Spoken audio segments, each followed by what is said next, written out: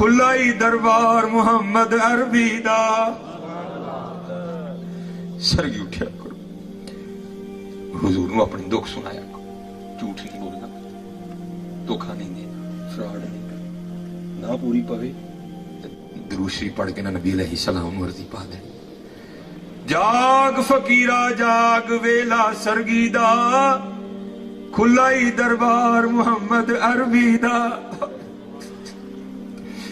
اور یہ ہمارے ایک بہت بڑے بزرگ انتقال کر گئے سید منظور احمد شاہ صاحب. آپ نے کتاب لکھی تھی مدینۃ الرسول.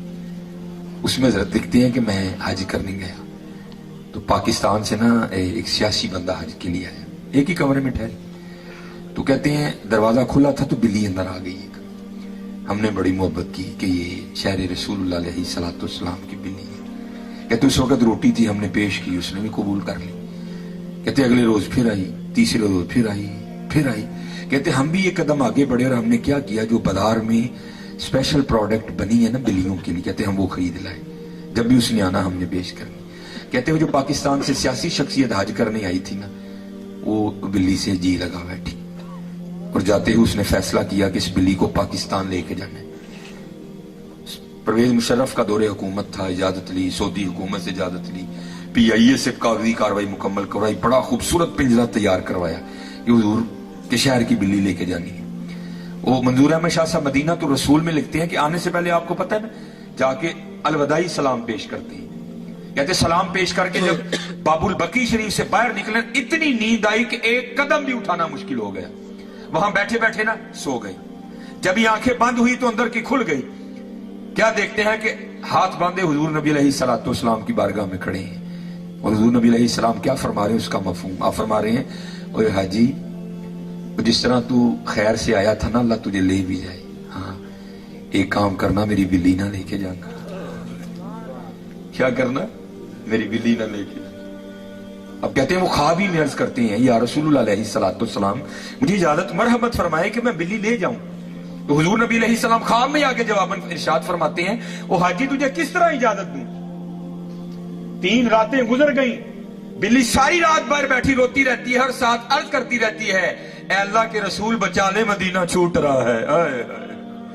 جاگ فقیرہ جاگ ویلا سرگی دا کھلا ہی دربار محمد عربی دا. ہاں یار سرگی اٹھے سرگی اٹھو اور نبی علیہ الصلوۃ والسلام اپنا دکھ سناؤ. ہاں پھر ویکھو حضرت جی رنگ لگ دینے کے لیے یہ ساری کمی ہماری ہے. ادھر کوئی کمی پلس مائن کرنے لگا انشاءاللہ, پھر کبھی اللہ نے موقع دیا تو بات چیت. ساری کمی ہماری, ادھر سے کوئی ادھر بالکل ساری کمی ہماری. یہ بزرگ کہتے ہیں جب غازی علم الدین شہید رحمت اللہ تعالی علیہ گرفتار ہو گئے تو یہ بزرگوں سے سنا ہے کہ اگر کوئی بے گناہ قید ہے تو وہ سورہ یوسف کی تلاوت کرے. اللہ سورہ یوسف کی تلاوت کی برکت سے غیب سے رہائی کا اہتمام کر دیں. اگر خود تلاوت نہیں کر سکتا تو کسی سے کروا کے سنے. اگر یہ بھی نہیں کر سکتا پھر کسی کی ڈیوٹی لگائے کہ تو میری طرف سے کر. لکھا ہے کہ بزرگ اکٹھے ہوئے, پیر میر علی شاہ, پیر سید جماعت علی شاہ, پیر صاحب مانکی شریف رحمت اللہ تعالی علیہ مجمعین, یہ بزرگ اکٹھے ہوئے اور یہی گفتگو کا موضوع تھا کہ بھائی غازی علم الدین شہید بے گناہ قید ہے تو اب پتہ نہیں وہ تو ناظرہ بھی پڑھنا جانتا ہے کہ نہیں جانتا, تو چلو اس طرح کرتے ہیں ڈیوٹی ہم لے لیتے ہیں اور روز جا کرنا غازی علم الدین شہید کو ہم سورہ یوسف سناتے ہیں. ہو سکتا ہے اس کی تلاوت کی برکت سے اللہ رہائی کا اہتمام کر دے. اب یہ تینوں بزرگ گئے. اب ان میں پیر سید جماعت علی شاہ رحمت اللہ تعالی علیہ صرف حافظ قرآن تھے, باقی بزرگ نہیں تھے اور بڑے پختہ حافظ قرآن تھے. آپ نے جا کر سارا مدعا غازی علم الدین شہید کے سامنے بیان کیا. غازی علم الدین شہید نے عرض کی حضور زے نصیب آپ پڑھو سورہ یوسف. اب حضرت نے سورہ یوسف پڑھنی شروع کر دی.